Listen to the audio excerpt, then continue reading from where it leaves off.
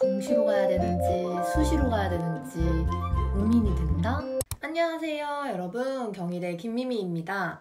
오늘은 진짜 많은 학생들이 논술을 준비하면서 많은 질문을 주시는 5가지 포인트들을 가지고 왔습니다. 해당 내용에서는 여러분들이 진짜 논술을 본격적으로 하시기 직전에 기본적으로 알아주셨으면 좋겠는 그런 내용들과 관련해서 내가 진짜 합격을 위해서 어떻게 해야 되는지 그 꿀팁들을 같이 녹여서 전달을 드리려고 합니다.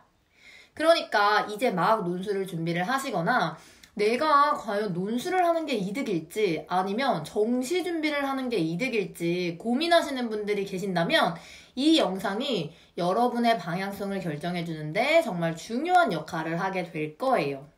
예를 들어서 내가 지금 정시를 준비를 하고 있는데 논술을 같이 준비를 해야 될지 아니면 정시의 성적을 더 안정적으로 만든 이후에 수시 논술을 배우는 게 더 효율적일지 라는 질문이라든지, 그리고 일주일에 어느 정도의 시간을 논술에 투자해야 될까요? 라는 질문에 대해서는 여러분이 어떤 것들을 중점적으로 생각을 해봐야 될지 같이 정리를 해보는 시간을 갖도록 하겠습니다. 자, 그래서 논술을 합격하기 위해 알아야 하는 5가지의 기본 사항들입니다. 첫 번째, 논술은 무조건 정시 기반의 수시이다. 여러분, 이 부분을 절대 잊으시면 안 되는 부분인데 제가 전 영상에서도 한번 말씀을 드렸던 적이 있어요. 대체로 많은 학생들이 하는 이제 착각? 실수 중에 하나가 뭐냐면 논술이라는 수시 과목 자체를 아예 정시랑 무관한 개념으로, 무관한 과목으로 보시는 분들이 정말 많습니다. 근데 이거 물론 정시 성적 없이 지원할 수 있는 대표적으로 여러분들이 가고 싶어하는 학교들이 있죠. 연세대라든지 한양대라든지 시립대라든지 그 위에 학교를 조금 낮추면 단국대, 아주대, 과기대, 광운대, 경기대 이런 식의 학교들은 물론 있어요. 근데 여러분, 얘네들은 사실상 경쟁률이 어때? 130대 1, 70대 1, 이게 실질 경쟁률이에요. 실질 경쟁률이라 함은 실제로 시험장에서 나랑 같이 시험을 보는 진짜 시험자들을 얘기를 합니다. 근데 이런 경쟁률 자체가 너무 어마어마하게 높아. 거기서는 아무리 글을 잘 쓰는 친구들이라도 사실상 글 실력이 전부는 아닌 그런 어마어마한 시험이 돼버리고 맙니다. 그럼 여러분, 진짜 논술을 준비를 하려고 하신다면 우리가 신경 써야 되는 거는 무조건 정시에서 최저 등급 정도는 안정적으로 받아줘야 됩니다. 즉, 수시 논술은 최저를 무조건 맞추는 게 필수인 그런 수시가 되는 거예요. 적어도 여러분 2개 합 4를 기본적으로 맞추셔야 내가 130대 1이 아니라 실질 경쟁률 최소 4대 1, 여러분 2대 1도 있어요. 어쨌든 우리가 알고 있는 건동웅, 중경외시, 서성한 이런 위쪽 라인들은 다 어쨌든 기본적으로 2합 4를 맞춘 학생들이 최소 4대 1부터 최대 30대 1까지 그 언저리를 왔다 갔다 하면서 경쟁률이 완전 줄어드는 거야. 여러분, 제가 지금 말씀드리는 이 경쟁률은요, 시험을 보러 오는 학생들을 조금 기준으로 합니다. 그럼 사실상 이 시험을 보러 오고서도 그 안에서 몇 가지 조건들을 바탕으로 그 실질 경쟁률, 진짜 논술 공부를 한 친구들의 경쟁률은 훨씬 더 떨어져요. 그러니까 우리는 1차적으로 수능을 잘 봐야 되는 거야. 절대 정시와 논술을 분리해서 생각해서는 안 되는 겁니다. 물론 이 논술은 정시가 갖고 있는 국영수, 탐탐을 다 가져갈 필요는 없어요. 그치만 진짜 포인트가 되는 거는 최저를 맞추는 거. 그리고 그때 이제 시험장에서 분류, 비교, 평가 이런 식의 요지를 맞추는 거, 그리고 이런 것들을 정해진 시간 내에 완벽하게만 쓰신다면 여러분, 사실상 논술은 실질 경쟁률이 3대 1이라고 해도 무방합니다. 그래서 저도 옛날에 이제 고등학교 때 이제 친구들이나 선생님들이 논술은 진짜 답 맞추고 분량 맞추면 70%는 넘기고 들어간다 라고 얘기한 게 그때는 이게 진짜 뭔 소린가 했는데 완전히 동감하는 표현입니다. 그러니까 여러분, 우리 진짜 3대1의 싸움을 하려면 어떻게 해야 돼? 논술 공부는 당연히 준비를 하되 정시를 위한 최저 정도는 기본적으로 챙겨줘야 되고, 그러다 보니까 수시 논술은 단순히 수시라기보다는 정시 기반의 수시다라는 말이 자연스럽게 나올 수밖에 없겠죠. 그리고 여러분, 지금 시기부터 공부하시는 분들은 사실 정시 준비로 어디까지 준비를 해야 돼? 국민대, 숭실대 정도의 라인을 일단 정시 성적으로 만들어 놓으면 여러분, 이 정시 성적은 논술 입장에서는 굉장히 천상계의 최저를 충족하시는 분들이에요. 서강대, 성균관대, 중앙대 이렇게 최저가 조금 까다로운 그런 학교들도 여러분이 정시로 어느 정도 성적을 맞춰둔다면 내가 국민대, 숭실대 갈 성적으로 성대, 서강대, 중앙대 갈 수가 있는 거야. 선생님, 정시로 대학 가는 게 어려울까요? 아니면 수시 논술로 대학 가는 게 어려울까요? 라는 질문이 정말 많은데 저의 정말 개인적인 생각으로는 정시로 내가 원하는 좋은 대학을 가기보다는 최저 그리고 논술 이거를 정말 정시처럼 열심히 해서 수시 논술로 대학을 가는 게 저는 조금 더 사실 훨씬 유리하다고 생각을 합니다. 근데 학생분들이 이제 수시 논술을 정시에 플랜 B 정도로 약간 부차적인, 부수적인 요소로만 생각을 해두는 거야. 그러다 보니까 당연히 논술에 대한 집중력이 조금 떨어질 거고 그래서 결국 논술에서 좋은 성과를 얻지 못할 뿐입니다. 그러니까 최저를 기본적으로 맞출 수 있게 지금부터 정시 공부를 하되 정시 위주로만 해서는 절대 안 된다. 논술에 관심이 있거나 논술을 하고 싶으신 분들은 저는 진짜 깊이 있게 제대로 공부하시면 정시보다 훨씬 더 수월하게 갈 수 있는 방법 중에 하나일 거다 라고 말씀을 드립니다. 자, 그리고 두 번째 사실. 여러분, 논술은 빨리 시작할수록 좋은 게 사실이에요. 일단 먼저 간단하게 말씀을 드리면 여러분, 논술은 어때? 우리가 지금까지 배워봤던 영역이랑은 뭔가 비슷하면서도 다르죠? 내가 국어도 했었고 영어도 하다 보니까 문맥을 조금 어떻게 읽어야 되는지 이런 것들도 좀 알아. 그치만 문제는 뭐야? 나는 지금까지 오지선다형의 문제들만 풀어봤다면 논술은 어때요? 처음부터 끝까지 제시문을 바탕으로 내 생각을 써내려가는 거잖아. 근데 여러분, 요런 방식은 내가 한 번도 경험해보지 못한 공부법이죠. 그러다 보니까 일단 처음에 이 논술에 익숙해지기까지가 굉장히 오랜 시간이 걸립니다. 제가 이제 수업하는 학생들을 좀 기준으로 생각을 했을 때 2달 정도는 진짜 논술과 친해지고 익숙해지는 시기인 것 같아요. 그러면서 본격적으로 이제 논술이 조금 수월해지고 조금 내가 스스로 분석하고 답안을 써가는 게 3번째 달 정도 됐을 때 학생들의 본 실력이 나오기 시작을 합니다. 그러니까 처음 첫 달, 2달은 진짜 학생들이 너무 어려워하는 거야. 선생님, 제가 지금 잘하는 게 맞나요? 너무 이해가 하나도 안 되는데 맞는 건가요? 라고 물어보시는 학생들이 많은데 여러분, 이거 너무 자연스럽고 당연한 현상이에요. 글쓰기라 하면 사실 나의 오랜 시간에 걸쳐 만들어진 습관이랑 똑같아.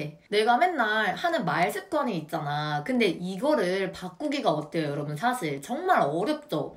글도 마찬가지야. 혹은 글이 훨씬 더 바꾸기가 어려운 습관입니다.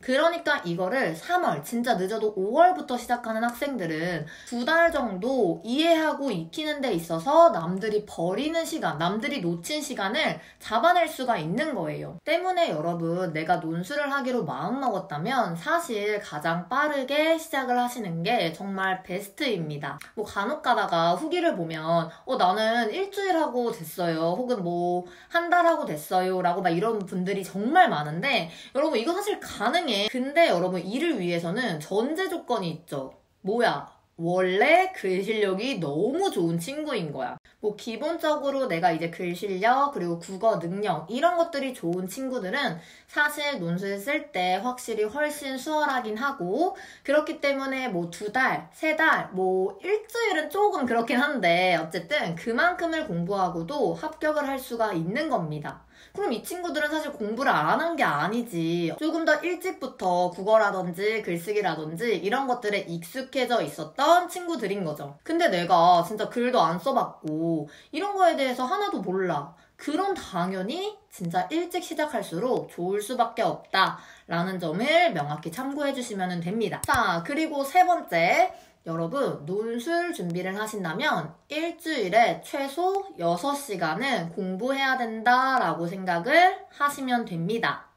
이 부분에는 사실 분명한 개인차가 있기는 해요. 내가 정시를 몇 퍼센트 비중으로, 수시를 몇 퍼센트 비중으로 이런 것들을 사실 지금부터 계획을 세워나가면 굉장히 좋겠지만 어쨌든 지금 당장 어느 쪽에 중점을 둬야 될지 모르겠다 하시는 분들이라면 저는 일주일에 최소 6시간 본인이 혼자 공부하는 시간이 반드시 필요하다라고 말씀을 드립니다. 물론 내가 학원을 다니든지 과외를 한다든지 이 수업 시간 뭐 1시간 반에서 2시간 정도 일주일에 한 번씩 하겠죠? 그런 시간은 제외하고 오로지 나 혼자 복습하고 다시 문제 풀어보고 이런 순수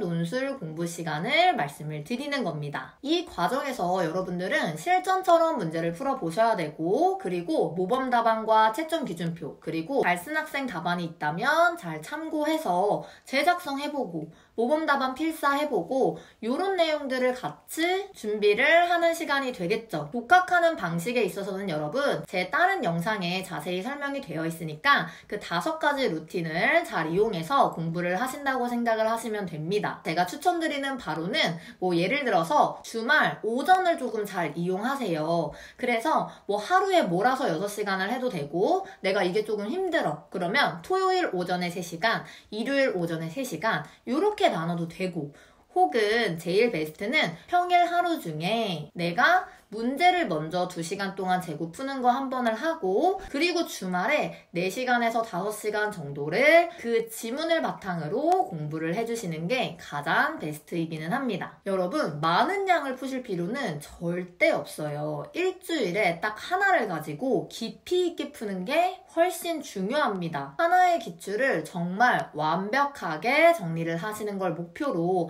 일주일에 딱 6시간 완전 집중해서 풀어보도록 합시다. 자, 그리고 4번째, 내가 가장 가고 싶은 학교는 당연히 가장 많이 풀어봐야 된다.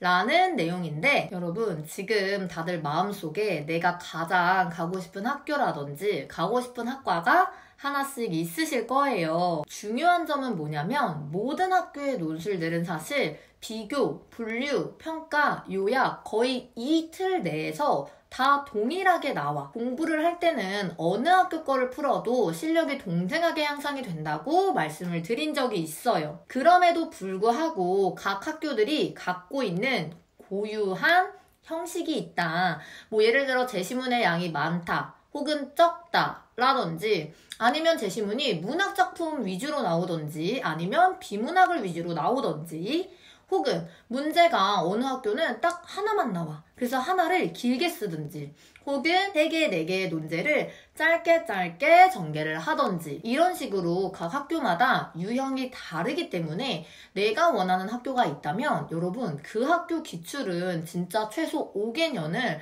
완벽하게 정리를 미리 해놓으셔야 그 해당 학교 시험 직전에 복습을 하시면서 훨씬 더 수월하게 성적을 올릴 수 있다 라는 게 포인트입니다. 여러분 논술 전형은 진짜 시작된 지 굉장히 오래됐어요. 그러다 보니까 한 학교가 갖고 있는 기출이 굉장히 많아. 이런 부분들을 잘 잡으셔서 기출 문제들 미리 다 뽑아두세요.